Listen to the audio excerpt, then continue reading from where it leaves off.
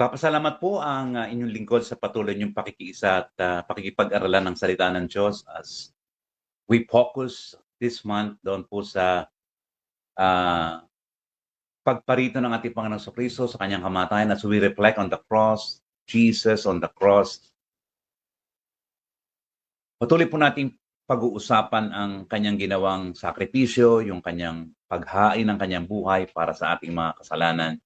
And so today allow me to talk about Jesus being a better sacrifice. If you have been reading through the Bible, at siguro po yung iba sa atin nagbabasa ng Bible from Genesis to Revelation, you might have been tempted, tukso na maral kayo, to skip Exodus 25 to 40.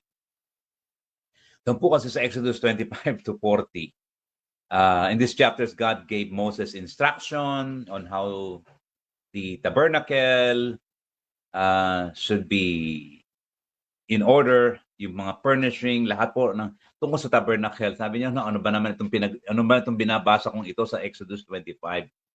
Saan ilalagay yung ark, yung table, yung mga lampstand, yung mga ilaw, anong uring gagamitin na kahoy para sa burnt offerings.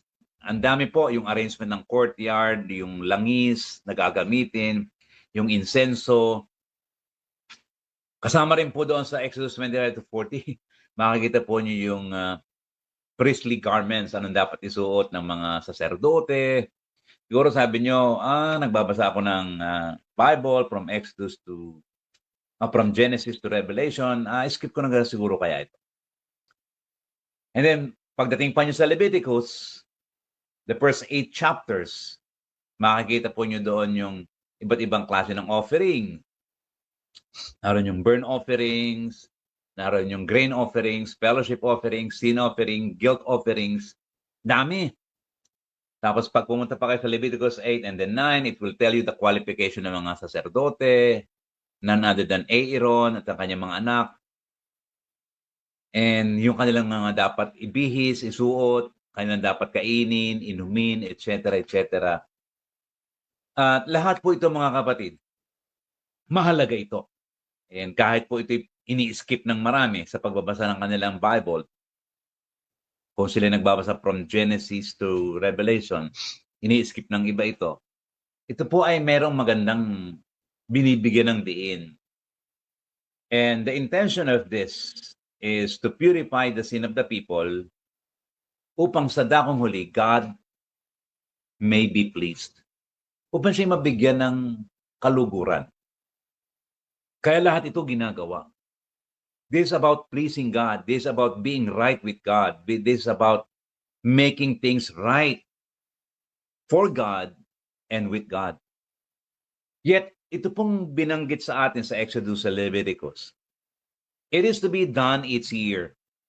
Taon-taon ginagawa sapagkat nagkakaroon ng expiration.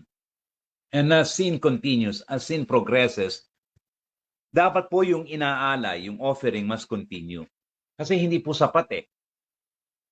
At yun po yung background ng ating pinag-uusapan ngayon dito po sa aklat ng Hebrew. Kaya nga po, the author of the book of Hebrews ay nag-o-offer ng better sacrifice. Kasi nga, ang hirap, ang daming dapat na alituntunin, na sundan, na alituntunin, mga rules and regulations, mga dapat isuot. At ito'y ginagawa repeatedly. Upang matiyak lang isang bagay, ang Diyos ay nalulugod, ang kasalanan napapatawad. Sabi nga po ng Hebrews 9:9, even says that the gifts and sacrifices being offered were not able to clear the conscience of the worshippers. Sa Tagalog, na yaw isang talinghaga ng panahong kasalukuyan, ayon dito ay inihahandog ang mga kaloob at mga hain tungkol sa budhi na hindi magpapasakdal sa sumasamba. Hindi magpapasakdal sa sumasamba.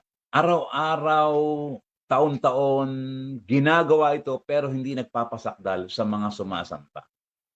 Not able to clear the conscience of the worshiper. Ginagawa lang. And sabi nga po ang mga Levitical priest na ito ay parang they are more on the outside appearance, paglilinis sa mga panglabas na kaanyuan. But it does not go doon po sa conscience ng mga worshiper. He not able to clear the conscience of the worshiper. Sabi sa verse 10, palibhasa ay palatuntunan lamang na ukol sa laman. Ayun po yung sinasabi natin kanina. Ito naman kasi ang intention eh. Palatuntunan ukol sa laman na iniatang hanggang sa panahon ng pagbabago gaya ng mga pagkain, mga inumin at sari-saring paglilinis.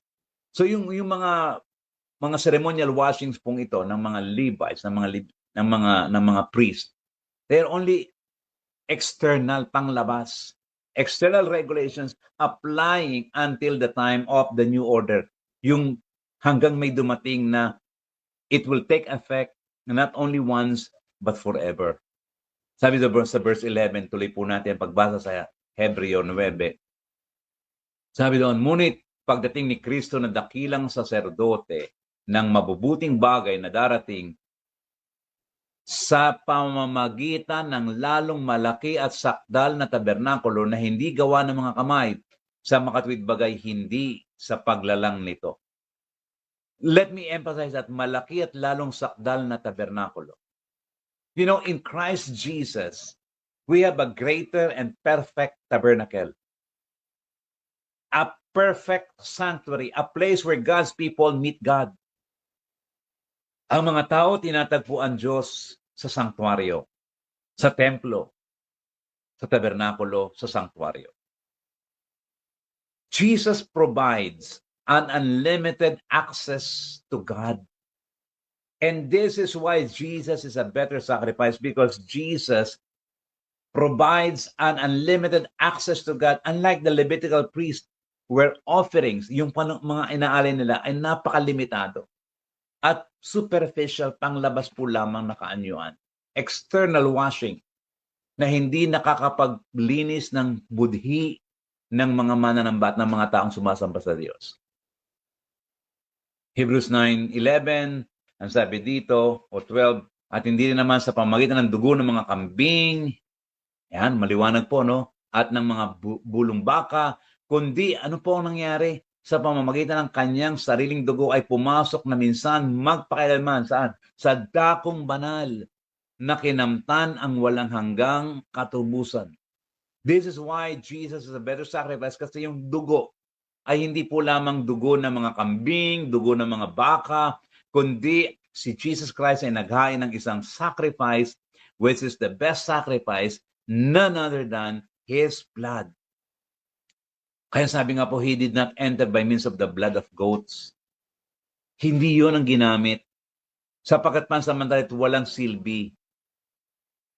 Verse 13, sapagkat kung ang dugo ng mga kambing at mga baka at ang abo ng dumalagang baka na ibinubudbod sa mga nadungisan ay makapaging banal sa ikalinis ng laman, ano pong sabi?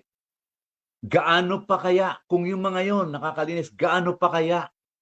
Gaano pa kaya? How much more ang dugo ni Kristo na sa magitan ng Espiritu na walang hanggan ay inihandog ang kanyang sarili na walang dungi sa Diyos, ay maglilinis ng inyong budhi sa mga gawang patay upang magsipaglingkod sa Diyos na buhay. This is why Jesus is better. Sapagkat inihandog niya ang kanyang sarili na walang dungis. Ano po ang kanyang inihandog? Ang kanyang dugo. At ano po ang kayang linisin ito? Hindi po lamang yung external washing natin na parang nalilinis tayo sa ating mga panglabas na kanyon, kundi nalilinis tayo, sabi dito, sa ating budhi, sa mga gawang patay. Doon nalilinis ang ating mga buhay. Yung pong, alam mo, we deep within, that Christ has forgiven you because your conscience is so clear, not because of the blood of the animals na temporary, pansamantala, halos walang bisa. It's just probably a picture. Pero si Kristo, ang kanyang dugo, lumilinis ng budhi. And when your sins are forgiven by Christ, you are totally forgiven. The reason that Christ is able to achieve what the old sacrifice could never accomplish is that he offered himself through the eternal Spirit as an unblemished sacrifice to God. Inialay niya ang kanyang buhay. There was a qualitatively superior character of the sacrifice of Jesus because it was not a temporary offering. It was a permanent offering through the blood of Jesus Christ. Kaya nga sabi ng verse 14, how much more? I like that again, the much more. How much more will the blood of Christ, who through the eternal Spirit offered himself unblemished to God. And so when you are covered by the blood of Christ, you stand unblemished. When you are covered by the blood of Christ, you stand righteous, unblemished, walang kapintasan. Nakakasala, yes, but you stand unblemished. Cleansing our conscience. So, meron pong apat na pagkakaiba ang mga dugo ng hayop at ang mga Levitical offerings, yung mga Levites na nag-o-offer, doon po sa in-offer ni Jesus Christ, which is a better sacrifice. Number one, the location was not an earthly tabernacle. Because Jesus went to the heavenly sanctuary. Si Jesus po ay hindi nag-offer ng kanyang alay doon po sa earthly tabernacle, sa tabernakulo na nasa lupa, kundi sa heavenly sanctuary. Pangalawa, Jesus approached God not by the blood of animals, but by means of his own blood. God man, ang Diyos na nagkatawang tao. Kaya ito po ay naging isang katanggap-tanggap na alay at sakripisyo higit sa ginawa ng mga Levitical priest. Pangatlo, kaya po ito naiba, hindi lamang po dahil sa location, kundi hindi lamang dahil sa pagkakaiba ng dugo na inialay, dugo ni Jesus versus dugo ng mga hayop. But Jesus was not required to enter the most holy place year by year. Hindi na. Hindi kagaya ng mga Levitical priests. They need to do it every year, once a year. Every year, they do it again and again. O, dapat na mag-alay ngayon, naka-isang taon na. The good thing about this, about Jesus being the better sacrifice, is he entered once for all. Hindi po siya kinakailangang mamatay uli. Hindi po siya kinakailangang makita na parang namatay sa anumang simbolo na hinahawakan natin. Because Jesus Christ entered the most holy place once for all. Mula sa nagkasala sa Genesis hanggang sa nagkasala sa Revelation at sa mga darating pang mga panahon, once and for all. Jesus entered the most holy place once and for all. Hindi na po siya kinakailangang mamatay uli at hindi po siya namamatay ng malimit. Ang sabi ng iba, hindi ba si Jesus ay eternal? And I think this is the reason, the logic na ginagamit ng iba. Hindi ba si Jesus ay eternal? So everything that he does is eternal. And so one of the things that Jesus does is he dies eternally. Namamatay siya ng walang hanggan. Hindi ho yun eh. Ang sinasabi po nating kamatayan at offer ay yung once and for all na siya'y naghain ng kanyang offering isang beses lamang, once for all. Mamaya po, may mapapakita po ako sa inyo kung bakit hindi na po kinakailangang ulitin ng malimit o isiping malimit na namamatay si Kristo. Ikaapat po, sabi ko nga sa inyo, ang pagkakaiba ni Kristo sa mga Levites ay yung location, kasi ang mga Levites, earthly tabernacle, si Jesus, heavenly sanctuary. Si Jesus, yung kanyang dugo. Ang mga Levites, naghahain ng dugo ng mga hayop. Ito pong mga Levites, year by year, nag-aalay ng sacrifice. Si Jesus, once for all. Pang-apat na pagkakaiba po, Jesus did not do it as an annual redemption, but Jesus did it to obtain eternal redemption. Eternal po ang pagtubos ni Kristo. Hindi po year by year at hindi po nawawala, walang expiration. So why are we saying these things? Bakit po ba natin sinasabi ito? This is the reason Jesus came. Until the time of the new order, this is the reason why Jesus came. So let me give you one takeaway as we have read and as we have learned about this. Una pong takeaway sa araw na ito. Baunin po ninyo ito. The sacrificial offering of Jesus cleanses our conscience completely. Let me say that again. The sacrificial offering of Jesus cleanses our conscience completely. Let me ask you a question. Are you still being bothered by your sin? Yung bang kasalanan ginawa mo 30 years ago, 20 years ago, 10 years ago, 5 years ago, 1 year ago? Are you still being bothered by that? Because Jesus Christ is cleansing our conscience. The enemy will always accuse you kasi accuser siya. But it is clear that Jesus is clearing up the conscience of every sinner like me and you. There's nothing that can clear our conscience than the blood of Jesus Christ. Christ offered himself on the cross. And he offered himself to whom, as we have learned? He offered himself to God, for God, to purchase us for God because holiness demands punishment. And so he died on the cross so that he can die on our behalf, para sa atin. And he did it to clear our conscience. Hindi lamang ito nagbigay ng nagbigay ng satisfaction to God so that the holiness of God will be satisfied through the death of Christ. Nagbigay din ito ng katulungan sa atin so that ikaw ngayon, kapatid, kaibigan, na binabagabag ng iyong kasalanan, ay magkaroon ng katiyakan that your conscience is clear if Jesus is your Savior. If you have been forgiven by the blood of Christ.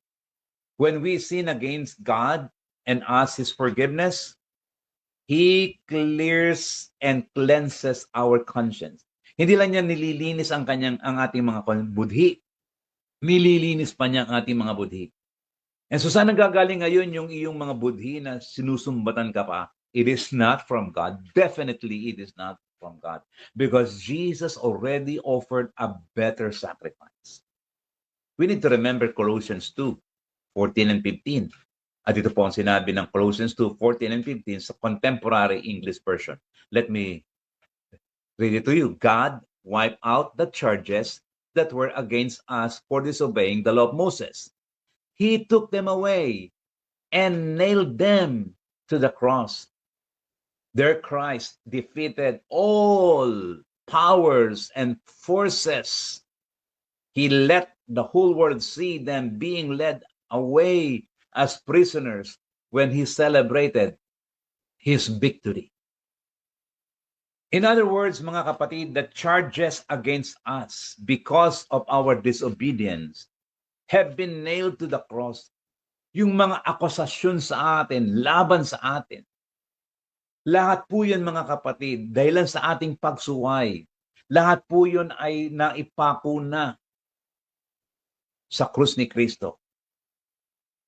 At kung ikaw ay isang mananampalataya kay Kristo, nagsisi at nahugasan ang iyong kasalanan, nang ikaw ay mahugasan ng dugo ni Kristo sa tubig ng bautismo, hanggang ngayon, habang ikaw ay nananampalataya, kept through faith, kept by the power of God through faith, ang iyong kasalanan ngayon ay patuloy pa ring napapatawad. At kapag tayo nakakasala, mga kapatid, kaibigan, kapag tayo nagkakasala, patuloy pa rin natin, we are still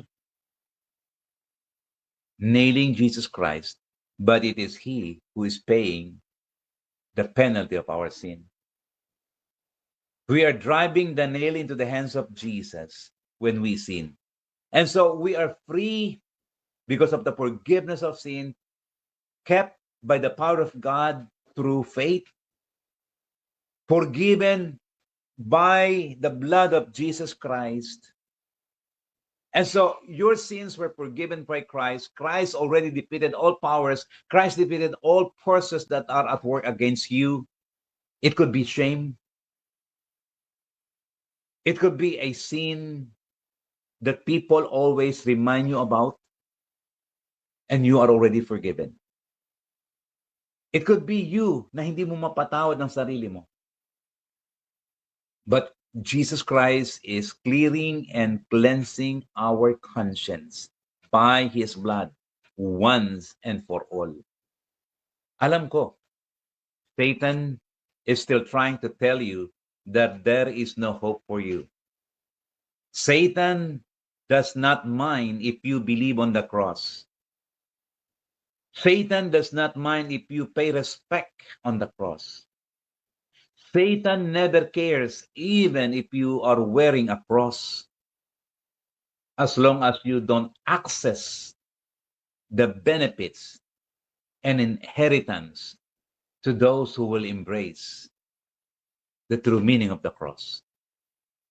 Sabi po ni Tony Evans ganito, what Satan does is similar to a man holding a gun on you. Ayan. Yun daw po yung ginagawa ng Satanas. Parang ikaw ay tinututukan ng baril.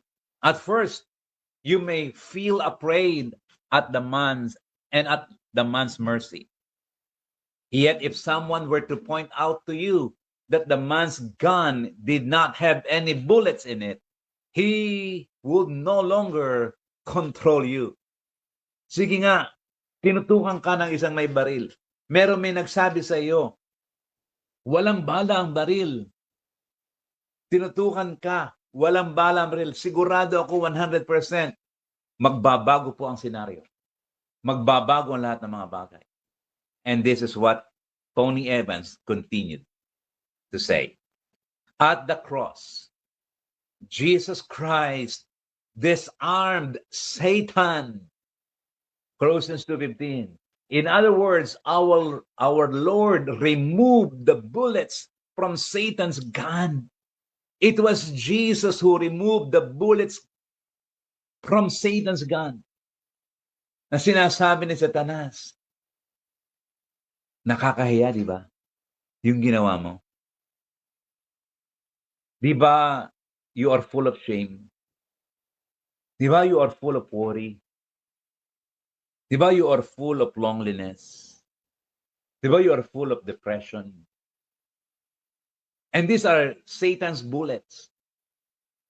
Na pinaniniwalaan natin minsan na meron pang bullets si Satan, may power pa siya, even to shame us of our sin. The truth is, the Lord removed the bullets from Satan's gun. Wala na po yun. We have a clear conscience through the blood of the better sacrifice, Jesus Christ. Clear conscience, okay? Clear conscience. Okay. Pero ang tanong mo, am I really forgiven? Takeaway number 2. Ito po ang takeaway number 2. The sacrificial offering of Jesus offers total forgiveness of sin. And I would like to emphasize that. It offers total forgiveness of sin. Kapag si Kristo po ay nagpatawad, walang matitirang kasalanan sa buhay mo. So, hindi po iniisa-isa. Halimbawa, meron kang 52 na kasalanan. You will not say, well, sa 52 kaya na ito na listahan ng aking kasalanan, alin kaya dito ang hindi pa napapatawad ni Kristo? Teka, check ko nga. Alin kaya ang hindi napapatawad dito ni Kristo? Siguro yung number 3 napatawad na. Siguro yung number 7 napatawad na. No, you cannot make a checklist on what Christ has already forgiven and what Christ has not yet forgiven. Kasi po mga kapatid, when Christ forgives, He forgives totally. He forgives totally. Ito po ang sinabi po ng Hebrews 9:22. In fact, the law requires that nearly everything be cleansed with blood. At ito po ang sinabi, maliban na sa pagkabuhos ng dugo ay walang kapatawaran at sapagkat si Kristo ay nabuhos na ang kanyang dugo, napatawad ka na sa lahat ng iyong kasalanan kung tinanggap mo siya bilang tagapagligtas at Panginoon ng buhay mo. And so sapagkat may dugo, may kapatawaran. You are covered by the blood of Christ and therefore you are totally forgiven. So wag pong titingnan yung mga listahan ng pagkakasala. Oh, teka, yung number hindi pa yata ako napapatawad ni Kristo dito sa number na ito. Teka, ito, number 50, number 50, hindi pa yata ako napapatawad daw. Listen. In Christ Jesus, you are a forgiven person. You don't need to worry about what Christ has not forgiven and what Christ will still forgive. In Christ Jesus, you're either a forgiven person or not a forgiven person. You are a forgiven person by grace through faith in baptism, so you can do good works. So chapter 9, verse 23, ito po naman ang sinabi sa atin. Kinakailangan nga na ang mga anyo ng mga bagay na sangkalangitan ay linisin ng mga ito. Ngunit ang mga bagay ring ito sa sangkalangitan ay linisin ng lalong mabubuting handog kaysa rito. Let's continue reading. Verse 24. Sapagkat hindi pumasok si Kristo sa dakong banal na ginawa ng mga kamay, nakahalintulad lamang ng tunay, kundi sa talagang langit. This is what I was telling you. Sa langit siya pumasok upang humarap ngayon sa harapan ng Diyos dahil sa atin. Verse 25, I like this. Verse 25. At siya'y hindi rin naman kailangang ihandog na madalas pa ang kanyang sarili. Look at this. If you think, okay, basahin ko na po muna, na siya hindi rin naman kailangang ihandog na madalas pa ang kanyang sarili na gaya ng dakilang saserdote na pumapasok sa dakong banal taon-taon na may dalang dugo na hindi niya sarili. Let me make a comment first. Ano po? He did not enter heaven to offer himself again and again. Again, bibigyan ko pong diin, hindi kinakailangan si Kristo ay inaalala nating namamatay linggo-linggo o naniniwala tayong si Kristo ay namamatay linggo-linggo o araw-araw o buwan-buwan o taon-taon. Christ did it once and for all, not again and again.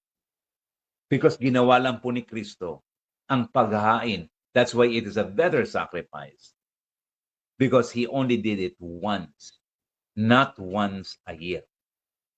Verse 26, chapter 9 ng Hebreo, verse 26, ito po naman ang sinabi.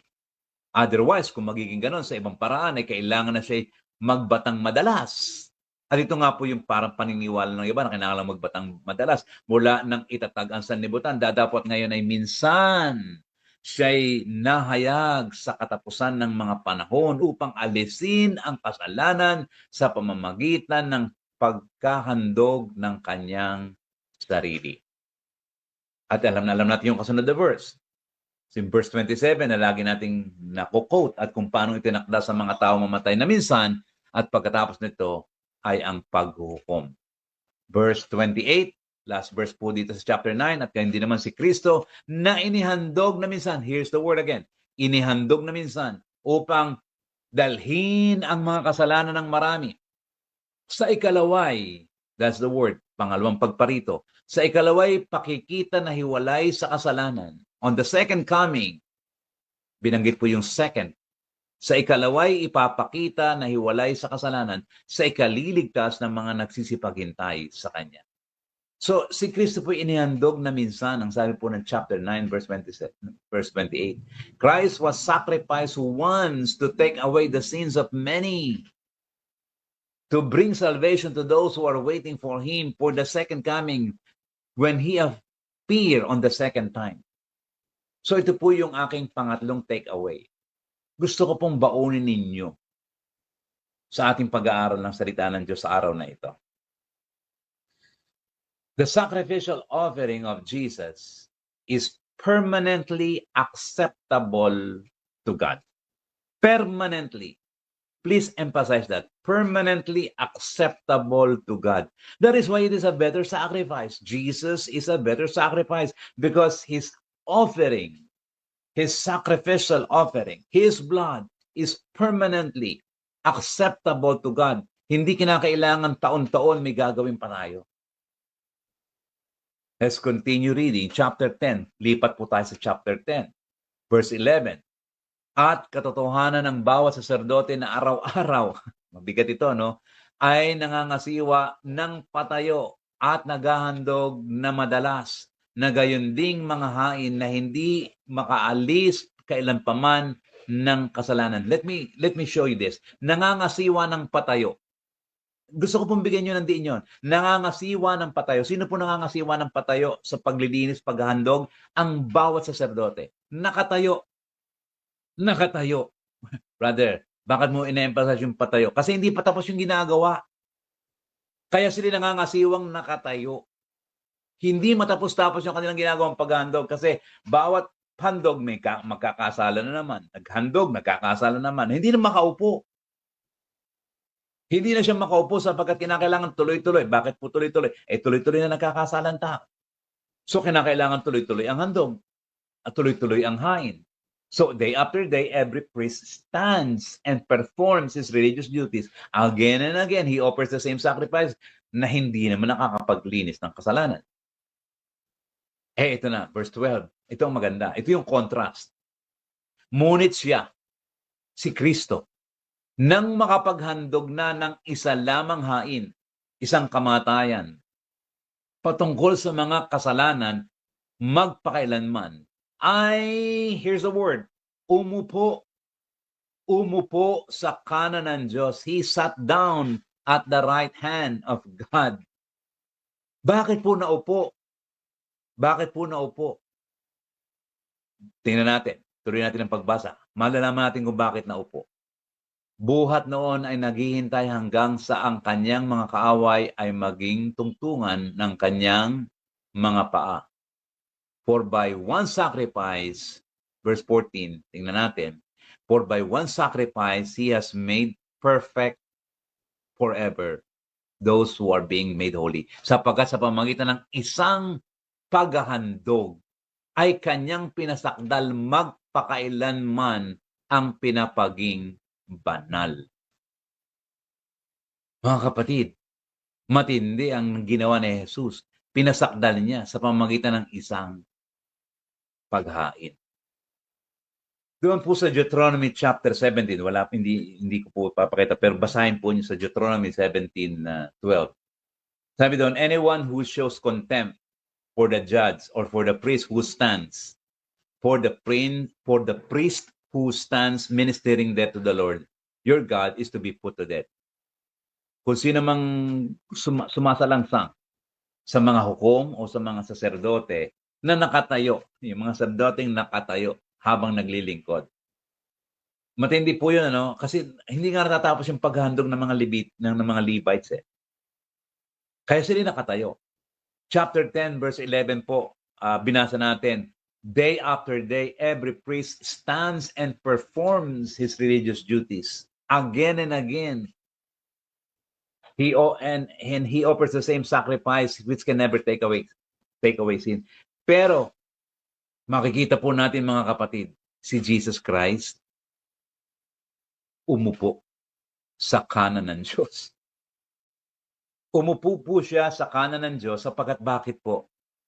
Kanyang natapos. He sat down. Jesus was a superior high priest for He finished. He completed the offering of sacrifices. No wonder he said on the cross, na aalalahanin po ng marami sa atin on this season, it is finished. Natapos na. Natapos na ang paggawa ng pagliligtas. It is finished. I sat down. Ako'y naupo. Umupo sapagkat hindi na magpapatuloy pang maghain para sa kasalanan ng mga nanampalataya, nagsisi, nahugasan ng kanilang mga dugo, ang kanilang mga kasalanan ng banal na dugo ni Jesus. That's why he sat down at the right hand of God. Hebrews 10:14 ay maliwanag po mga kapatid that the sacrifice we are offering to God the Father is not the kind of sacrifice offered which is Himself. It must be the sacrifice Jesus offered to the Father para po maging katanggap-tanggap and forever na maging katanggap-tanggap. Kaibigan, kapatid, our good works are not enough to satisfy God. Good works are similar to all the religious duties na nakita po natin sa Old Testament na ginagawa ng mga Levites.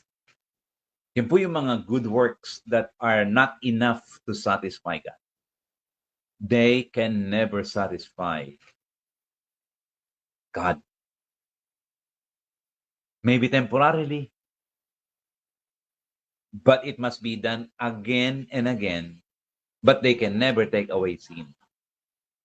It is only the life of Jesus offered to the Father through His death that can alone be acceptable. Permanently acceptable. Kaya lagi nating sinasabi, mahalaga si Jesus. Mahalaga ang kamatayan ni Jesus. That's why we are always bringing the attention of everyone to Jesus and not to focus on good works so that He can be pleasing to God. Because nothing and no one can be pleasing to God except by the offering of Jesus on the cross. Once and for all. Hindi na uulitin at hindi ulit-ulit na namamatay si Kristo. If you are trusting Jesus Christ, this is what Jesus offers. Let me show you. Why Jesus and what Jesus offers? Number one, He offers a clear conscience. Our conscience is going to be clear. Magiging malinis na ang ating budhi. Hindi ka na susumbatan. Jesus disarmed the bullets on Satan's gun. Your conscience is clear. Binabaga-baga pa ngayon ng iyong mga ginawang pagkakasala. Nagigising ka sa hating gabi na alala mo ang mga ginawa mong mali laban sa kapwa mo. Na inihingi mo na ng kapatawaran sa Panginoon. That you are trying to struggle with sin and sinning less and less and drawing closer to Jesus.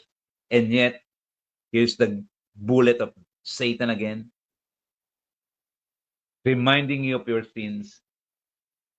Remember, Jesus already disarmed Satan. And there's no bullet of shame that should keep reminding you of your past sins. Your past is redeemed, forgiven. Our conscience is clear. That's what Jesus offers, and that's why we offer Jesus to everyone. Isa pa po, why Jesus? Because Jesus alone offers total forgiveness of our sins. Walang ibang makakapagpatawad ng iyong kasalanan liban kay Jesucristo. And lastly, why Jesus?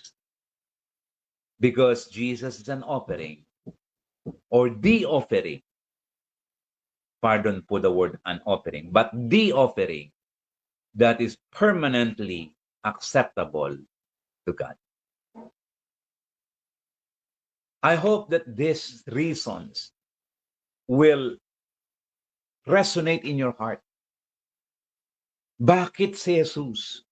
sapagkat siya lamang ang makapaglilinis ng aking budhi sa lahat ng aking mga pagkakasala. Sapagkat si Jesus ang makapag-offer ng total forgiveness. Hindi isa-isang pinatatawad ng aking kasalanan, but I am a totally forgiven person. And Jesus permanently made you acceptable to God. Kept by the power of God through faith, 1 Peter 1:5. Through faith. Huwag po niyong kalilimutan yan. Or as long as you have faith.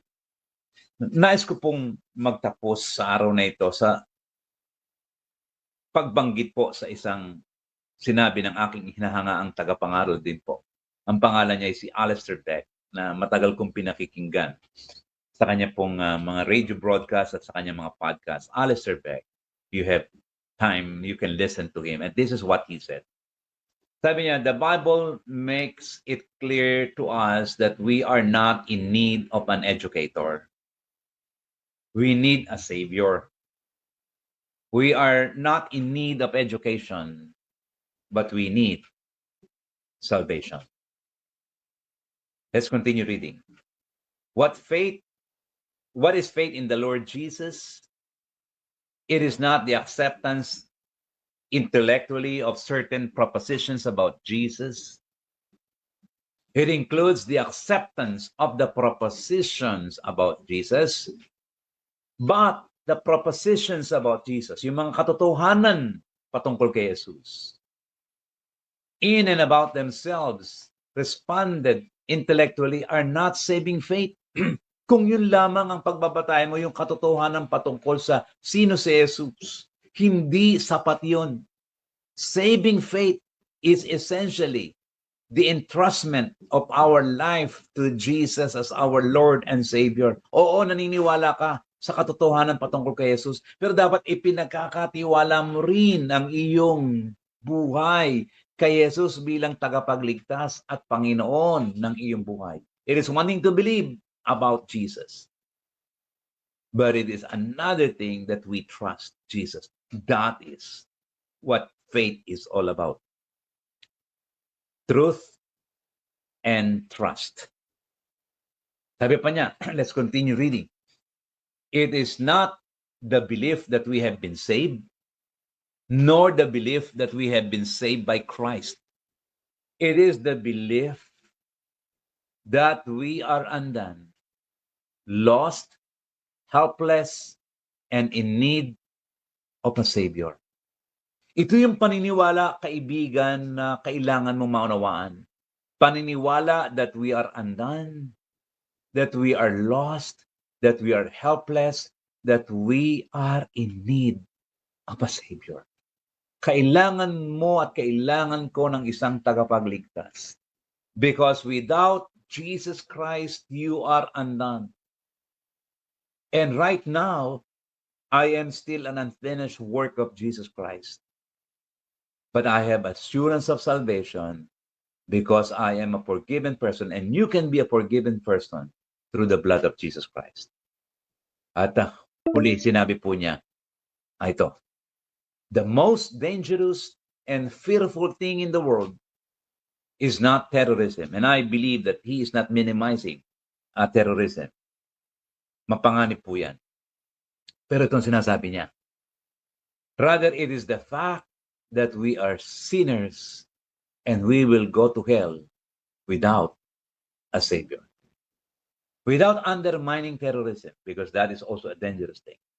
But ang sabi niya, may isa pang matindi na dapat nating isaalang-alang, that we are sinners and we will go to hell without a Savior.